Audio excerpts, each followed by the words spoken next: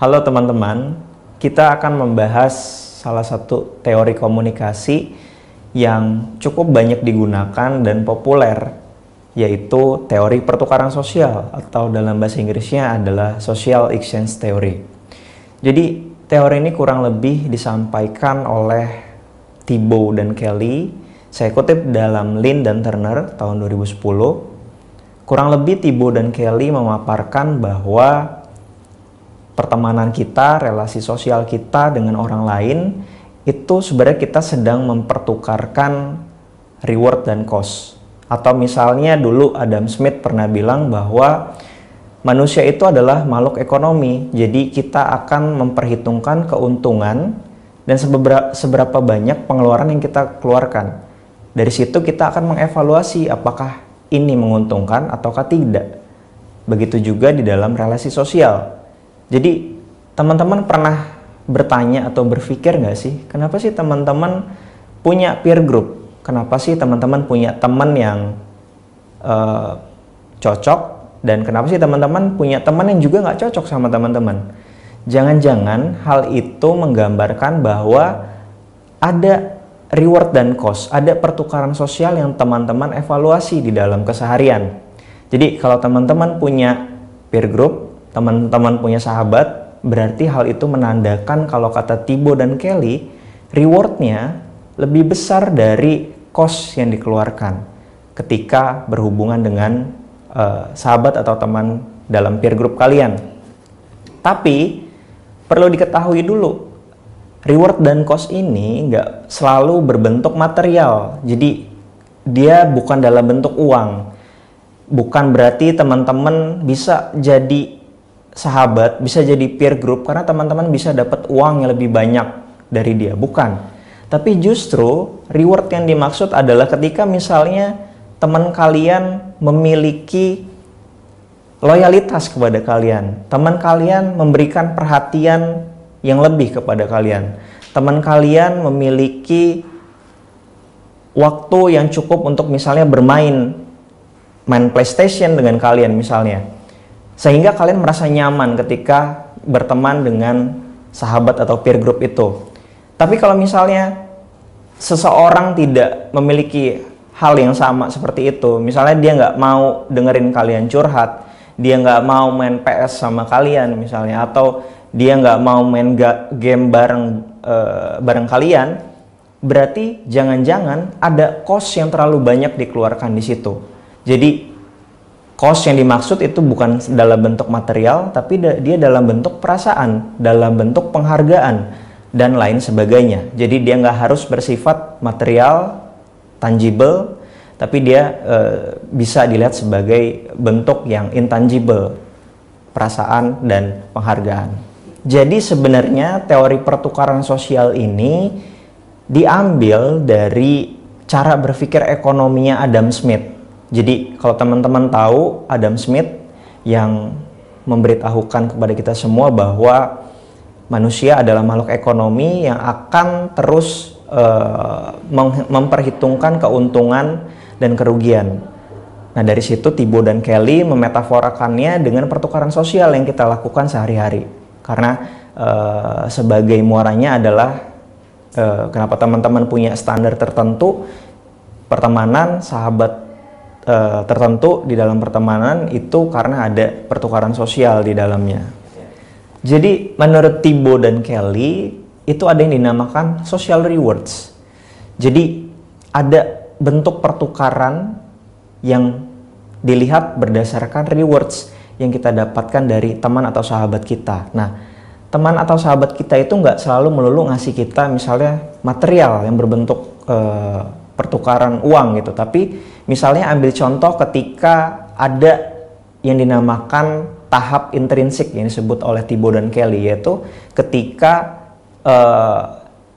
berbentuk misalnya pujian atau misalnya berbentuk penghargaan yang bisa memuaskan diri seseorang, atau misalnya bersifat ekstrinsik. Ambil contoh misalnya piagam atau misalnya sertifikat yang bisa memuaskan diri kita juga, itu disebut sebagai rewards. Tapi ada cost juga yang dimaksudkan oleh Thibaut dan Kelly. Cost yang dimaksud itu nggak harus berbentuk pengurangan uang ya, atau hal-hal yang bersifat material, tapi cost yang dimaksud itu adalah misalnya bagaimana misalnya kita lebih banyak memberikan effort kepada teman kita. Misalnya kita suka nungguin dia main game, tapi sementara di saat bersamaan dia nggak mau main game sama kita. Jadi itulah cost yang dimaksud. Jadi kita terlalu banyak effort yang kita keluarkan untuk teman kita, tapi teman kita yang lain nggak mau mengeluarkan effort yang sama untuk kita. Jadi costnya jadi lebih banyak kan. Nah, dari situ Thibaut dan Kelly memperlihatkan bahwa hubungan yang satisfying atau memuaskan ditandai oleh rewards yang lebih besar dibandingkan cost-nya. Jadi seseorang atau setiap orang akan memperhitungkan seberapa banyak rewards atau penghargaan yang dia dapat dari temannya, dikurangin cost dari temannya juga gitu. Selanjutnya juga yang penting di dalam teori pertukaran sosial yaitu konsep comparison level atau tingkat pembandingan. Nah, tapi sebelum masuk ke comparison level atau tingkat pembandingan, kita perlu dulu memahami standarisasi. Jadi menurut Thibaut dan Kelly, setiap orang itu memiliki standarisasi yang beda-beda. Jadi misalnya kenapa kita punya standar baik untuk seseorang, kenapa kita punya standar buruk dari seseorang, itu menurut Thibaut Kelly ada proses sosialisasi. Jadi kita bisa aja belajar standar baik itu karena kita misalnya bersosialisasi sama orang lain, kita baca buku, atau misalnya kita nonton produk budaya, produk media, massa, sehingga kita punya standarisasi terhadap baik dan buruknya seseorang. Nah, dari situ Thibaut dan Kelly menjelaskan mengenai comparison level atau tingkat pembandingan. Nah, dari sini Thibaut dan Kelly melihat bahwa ada satu fenomena yang menarik di dalam dunia sosial kita. Jadi Thibaut dan Kelly bertanya, kenapa sih banyak misalnya orang yang cenderung dalam tanda kutip terjebak dalam hubungan yang abusive atau hubungan yang menjenuhkan dan kasar dalam tanda kutip. Ambil contoh, misalnya kalian pernah lihat kenapa sih teman kalian mau berhubungan dengan pacarnya yang kasar, atau misalnya kenapa sih teman kalian mau berhubungan dengan teman yang sebenarnya nggak baik untuk dia. Karena ini ditentukan oleh comparison level atau level pembandingan menurut Thibaut dan Kelly. Jadi kalau misalnya rewards yang didapatkan lebih tinggi sementara cost yang didapatkan lebih rendah, maka Thibaut dan Kelly mengatakan hubungannya akan satisfying atau akan berlanjut karena nyaman. Tapi kalau cost yang dikeluarkan lebih tinggi sementara rewards yang didapatkan lebih rendah, maka hubungannya unsatisfying dan tidak panjang. Nah, dalam contoh yang tadi, kenapa ada hubungan yang abusive atau hubungan yang tidak menguntungkan? Karena menurut Kelly dan Thibaut itu ada yang dinamakan comparison level of alternative. Comparison level of alternative atau tingkat pembandingan alternatif. Jadi dengan kata lain, Thibaut mau mengatakan walaupun kita melihat sebenarnya dia berhubungan dengan orang yang tidak baik, tapi sebenarnya itu menunjukkan bahwa dia sebenarnya tidak memiliki pilihan lain, sehingga hubungan dia adalah hubungan alternatif yang terbaik. Jadi dengan kata lain, meskipun menurut kita ada seseorang yang hidup di dalam hubungan yang abusive, tapi itu adalah tingkat pembandingan dia yang paling alternatif, yang alternate, yang paling bagus daripada yang lain.